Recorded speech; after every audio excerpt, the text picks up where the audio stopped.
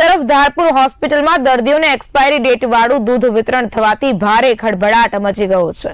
હોસ્પિટલમાં ડાયટ કેન્ટીનનું સંચાલન કરતી ટચસ્ટોન એજન્સી દ્વારા ગાયનેક અને ટીબી વિભાગના દર્દીઓને 2 દિવસ જૂની દૂધની થેલીઓ આપવામાં આવી હતી, જે ખોટું અને ફાટી ગયેલું હોવાનું સામે આવ્યું છે।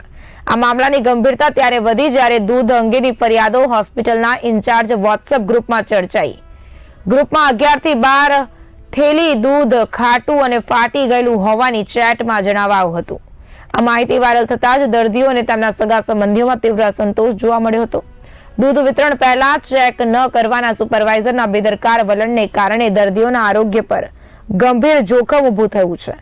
હોસ્પિટલ તંત્ર દ્વારા મામલે તાત્કાલિક તપાસ શરૂ કરવામાં આવી છે અને ટચસ્ટોન એજન્સી સામે કડક કાર્યવાહી કરવાની સૂચના અપાઈ છે।